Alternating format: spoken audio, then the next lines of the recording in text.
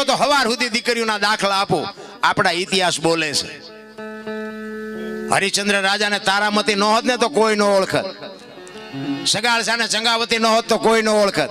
જલારામને વીરબાઈ ન હોત તો કોઈ ન ઓળખત. દેવીદાસ બાપુને અમરમાં ન હોત તો કોઈ ન ઓળખત. સવારામ સાહેબ ને બાપુ જબુમાં ન હોત તો કોઈ ન ઓળખે. એક એક દીકરીઓનો હાથ છે.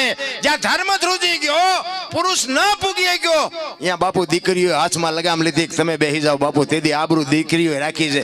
અત્યારે આ દીકરીઓ તમે જોવો તો આપણને એમ થાય, અરે શું તમારા વેતા છે.